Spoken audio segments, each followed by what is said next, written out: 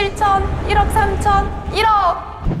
비트코인이 한 달 만에 30%가 빠졌습니다. 뭔가 이상하지 않으신가요? 10월 10일 바이낸스에서만 초당 6천 건 청산, 거래창은 새빨갛게 물들었고 5분 만에 40억 달러가 사라졌습니다. 하지만 이건 시작에 불과했죠. 12만 2천 달러였던 비트코인이 어느새 8만 달러까지 깨져 있었습니다. 알트코인은 말할 것도 없었죠. 사람들은 말하죠. 역시 4년주기야. 이번 사이클은 끝났다. 과연 그럴까요? 이 하락은 너무나도 계획적이고 치밀했습니다. 지금부터 이번 비트코인 하락의 뒷이야기 재구성해드리겠습니다. 코인의 재구성.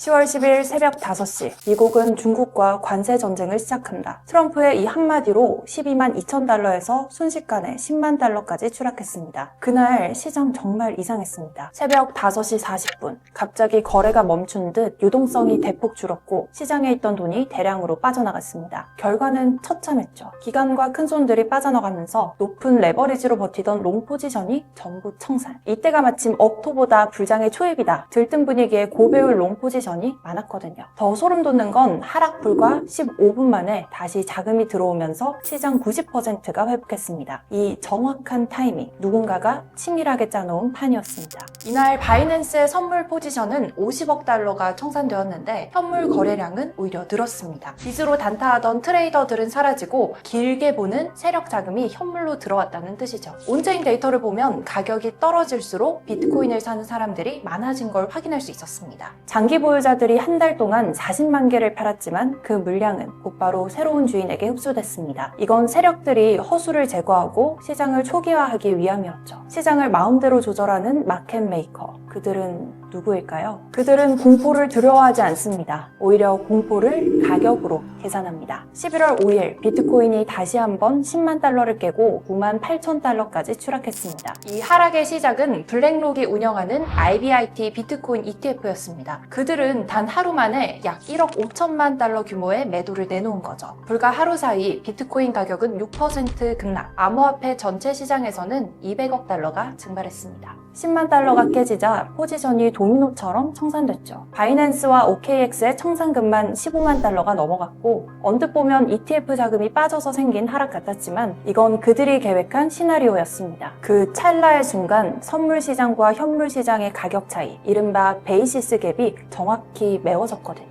이건 누군가가 시장을 일부러 흔들어 개인 투자자들을 털어낸 뒤 다시 주워 담기 위함이었습니다. 사람들은 또 말합니다. 비트코인 시즌 끝이다. 반감기다. 하지만 정말 그럴까요? 채굴량이 줄면 오른다. 공급이 줄면 비싸진다. 이건 너무 익숙한 이야기입니다. 그래서 월가는 그 믿음을 이용하고 있습니다. 공포를 더 만들고 우리가 코인을 던지면 그들은 웃으며 더 싸게 더 많이 사들입니다. 목적은 단 하나죠. 더 낮은 가격과 더 큰 지배력. 이번 11월 6일의 하락은 끝이 아니라 다음 판을 준비하기 위한 무대였습니다. 겉으로는 폭락처럼 보였지만 그 뒤에는 보이지 않는 손이 있었죠. 월가. 며칠 뒤 또 한 번의 움직임이 포착됐습니다. 블랙록의 IBIT 비트코인 ETF에서 24억 달러가 빠져나갔습니다. 기관이 도망친다, 시장 붕괴 임박, 사람들과 뉴스에서 이렇게 떠들어댔죠. 하지만 사실 이건 도망이 아니라 리밸런싱, 체급 조절이었습니다. ETF 전체 자산은 여전히 1,650억 달러를 유지하고 있었거든요. 단지 자리를 옮기고 무게를 다시 조정하고 있었을 뿐. 월가는 공포 속에서 움직이는 법을 잘 알고 있었습니다. 바로 베이시스 트레이딩, 쉽게 말해 가격 차이로 돈을 버는 기술입니다. 시카고 선물거래소의 비트코인 가격과 거래소의 실시간 가격 사이에는 항상 작은 가격 차이가 존재합니다. 그 틈이 바로 그들의 놀이터죠. ETF를 팔아 시장에 공포를 만들고 우리가 두려움에 빠진 사이 선물 포지션을 대량으로 들어갑니다. 데이터로는 자금이 빠져나갔다. 하지만 실제로는 돈이 선물 시장으로 이동해 있는 거죠. 월가는 선물 시장에서 수익을 낸 뒤 다시 ETF로 돌아오면 매수세 복귀로 포장됩니다. 이건 공포 속에서 돈의 방향을 바꾸는 치밀한 시나리오입니다. 이 혼란의 틈을 타 또 하나의 이름이 등장합니다. MSCI, 전 세계에서 투자자들이 참고하는 일종의 기업 순위표를 만드는 회사인데요. 쉽게 말하면 어떤 기업이 믿을 만한 투자 대상인지 점수를 매기고 순위를 정해주는 곳이죠.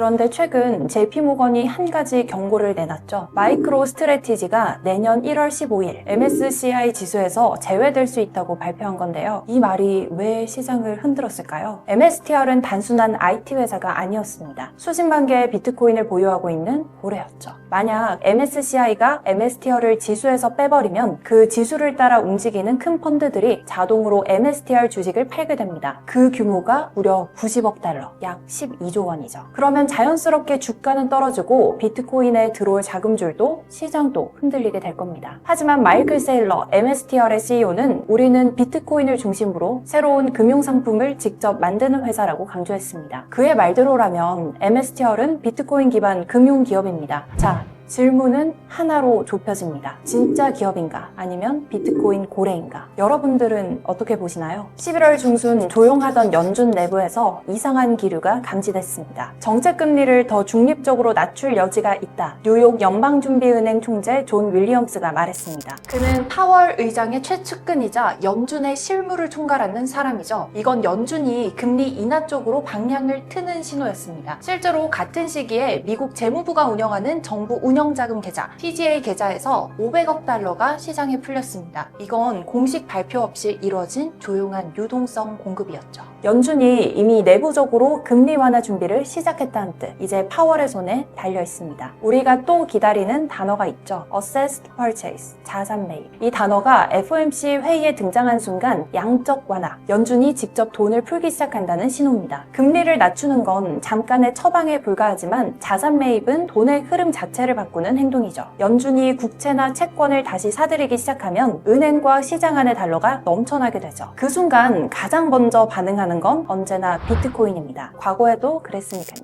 2020년 팬데믹 직후 연준이 무제한 양적 완화를 선언하자 비트코인은 4,000달러에서 6만 달러까지 폭등했습니다. 이번에도 같은 패턴이 반복된다면 이번 인하 사이클은 단순한 반등이 아니라 새로운 상승 구조의 시작이 될 수도 있습니다. 시장은 이미 움직이고 있습니다. ETF의 매도세가 잠잠해지고 현물 거래량이 꾸준히 유지되고 있죠. 공포로 설계된 무대는 서서히 막을 내리고 이제 그 무대를 다시 세우는 사람들이 돌아오고 있습니다. 그들은 알고 있죠. 진짜 돈은 무너질 때가 아니라 다시 세워질 때 흐른다는 것을요. 이번 하락은 사이클의 끝이 아닙니다. ETF 자금이 빠지고 뉴스는 부정적이지만 블록체인 위에서는 새로운 손들이 움직이고 있습니다. 겉으론 폭락, 그 밑에서는 조용히 축적을 기다리고 있죠. 이건 시장이 다시 태어나기 위한 과정입니다. 다가오는 FOMC, 연준의 한마디가 이 모든 퍼즐의 마지막 조각이 될 겁니다. 결국 시장을 움직이는 건 숫자가 아니라 심리, 그리고 그 심리를 이용하는 보이지 않는 손입니다. 공포는 끝났고 이제 다시 재구성의 시간이 다가오고 있습니다. 오늘은 비트코인 하락을 재구성해봤는데요. 구독과 좋아요는 저에게 큰 힘이 됩니다. 다음에 또 만나요. 보인의